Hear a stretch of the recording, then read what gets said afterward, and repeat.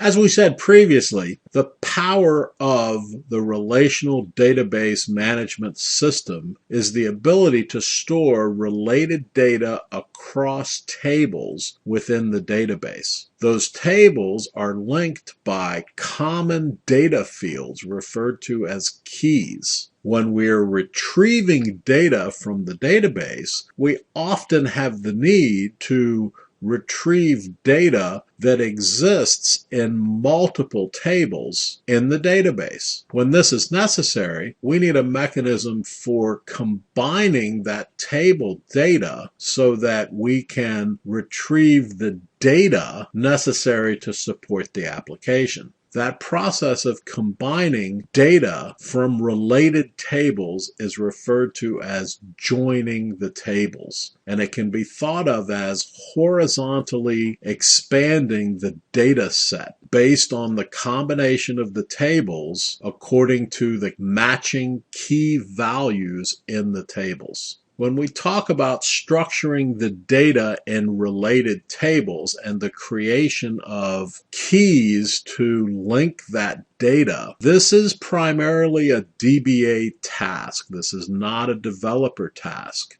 So from a developer perspective, what we need to know is the common field, the common key between tables so that we can use that key to combine the data from those tables from which we can select for our result set. By far the most common type of join is an inner join, where we take two or more tables with related data and we combine those tables based on the value of that related data and then select from the resulting combined data set. The syntax for creating a join is the keyword inner join followed by the name of the table with which to join, then the keyword on. What field are we going to combine these tables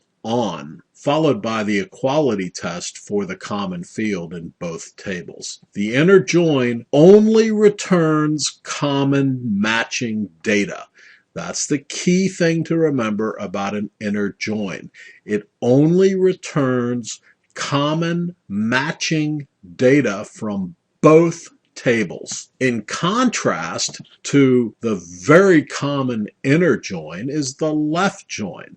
The left join returns all of the rows from the left table and the matching rows from the right table. In the case where rows from the left table do not have a match in the right table fields for those unmatched rows will be set to null. And the syntax for a left join is left join, the name of the table, on, and then an equality statement for the key fields to be used to combine the tables.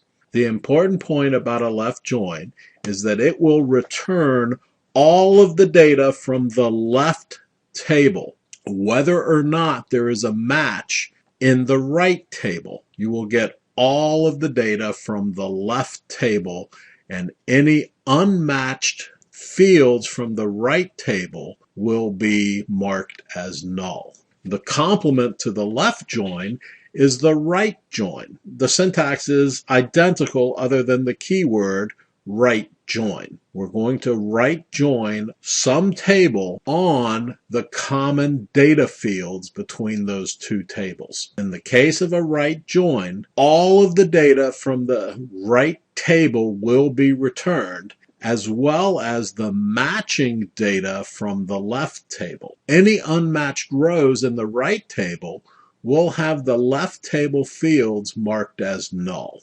The important thing to remember about a right join is that it will return all of the data from the right table and mark the unmatched fields from the left table with null. The full outer join is a complete combination of all of the values from both tables. The requirement for using any type of join is that there exists common data between the two tables. When we don't have that common data to link the rows from two tables, then we can use the union keyword. The union keyword combines unrelated data. There are rules for its use. The number of columns from the two select statements must have the same number of columns and the same types, and the types must be in the same order. So let's go look at some code.